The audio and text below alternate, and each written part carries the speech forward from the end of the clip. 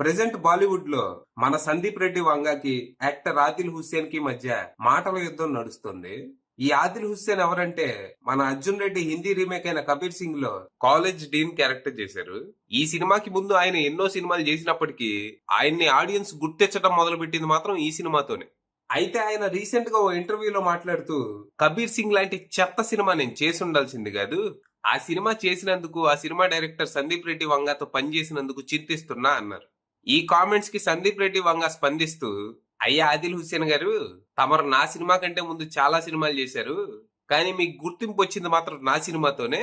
ఆ కృతజ్ఞతా భావం కూడా లేకుండా నా గురించి నా సినిమా గురించి ఇష్టం వచ్చినట్టు వాగుతున్నావుగా, సరే నిన్ను ఇబ్బంది పెట్టవు ఎందుకు, ప్రెసెంట్ ఏఐ టెక్నాలజీ ఉంది కదా, నా సినిమాని రీ ఎడిట్ చేసి నీ ఫేస్ తీసి పారేస్తాలే అన్నారు. దీనికి కౌంటర్ గా హుస్సేన్ గారు, ఆ ఏడిసేవులే, నీ కబీర్ సింగ్ 300 కోట్లు, యానిమల్ జస్ట్ 900 కోట్లే కలెక్ట్ చేసింది, కానీ నేను హాలీవుడ్ లో చేసిన లైఫ్ ఆఫ్ పై మూవీ 5,000 కోట్లు కలెక్ట్ చేసింది, అంత గొప్ప నటుణ్ణి నేను, నువ్వు నాకు ఇప్పుడు 200 కోట్లు ఇచ్చినా నీతో ఒక్క సినిమా కూడా చేయను, అది నా రేంజ్ అన్నారు.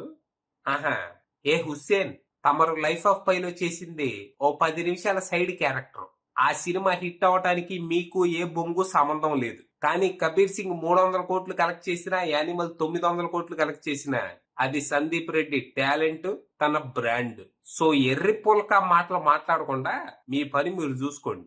నా లైఫ్ ఆఫ్ పై 5,000 కోట్లు కలెక్ట్ చేసిందంట, అసలు నువ్వు ఆ సినిమాలో ఉన్నట్టే నాకు గుర్తులేదు, నీ సినిమా అంట.